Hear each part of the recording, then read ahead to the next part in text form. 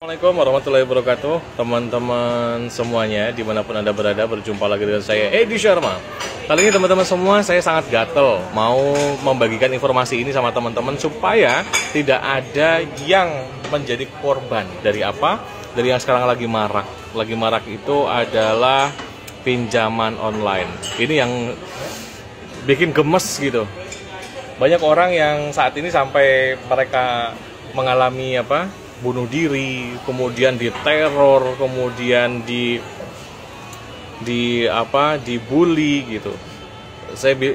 Beberapa orang juga bilang bahwa ini seperti cyberbullying gitu. Jadi ngeri banget.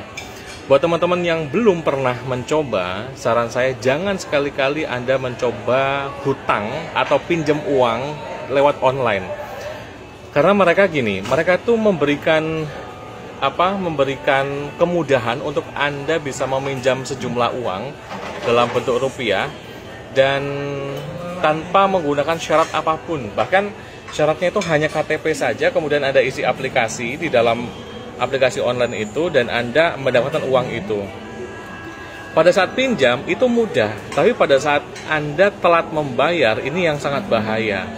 Kenapa? Karena mereka sebelum hari H Anda membayar, mereka biarkan saja. Tapi ketika Anda sudah telat 2 hari, 3 hari, itu Anda akan mulai merasakan teror dari pinjaman online itu. Bagaimana terornya? Bagaimana cara mereka menagih Anda? Ini tak kasih tahu. Pada saat Anda mengklik izinkan di aplikasi itu, izinkan untuk mengunggah perangkat Anda, maka database dari data sistem dari aplikasi itu bisa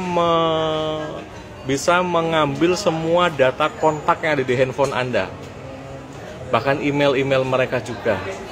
Ini yang ngeri.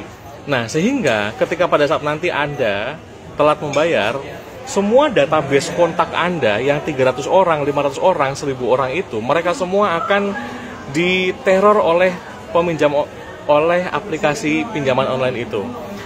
Bagaimana bentuk terornya? Mereka akan di WhatsApp, akan dikirimin email tentang Anda. Anda bisa cari tahu bagaimana debt collector online ini menagih kepada Anda.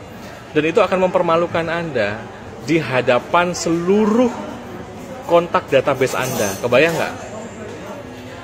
Saran saya jangan mencoba-coba untuk pinjam melalui aplikasi pinjaman online, karena itu cara menagihnya saya rasa tidak manusiawi.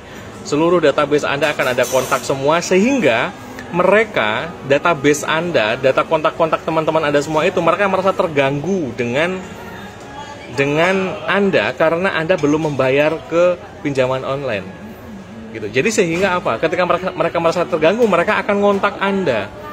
Itu tolong kamu bayar, dianya nagihnya ke kita terus, seperti itu. Kan malu gitu, annoying banget gitu. Makanya saran saya dari sekarang saya sarankan Anda dan sahabat-sahabat Anda, teman-teman Anda, keluarga Anda, saya sarankan, saya sangat tidak merekomendasi untuk melakukan pinjaman online di sana. Ya.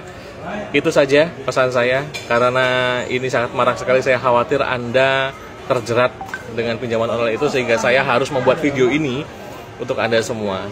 Kalau ada yang belum paham, insya Allah nanti satu waktu saya akan live di Facebook untuk menjelaskan tentang bagaimana skemanya mereka melakukan praktek itu, gitu ya. Terima kasih, saya Edi Sharma, saya bangga bersama Anda semua. Assalamualaikum warahmatullahi wabarakatuh.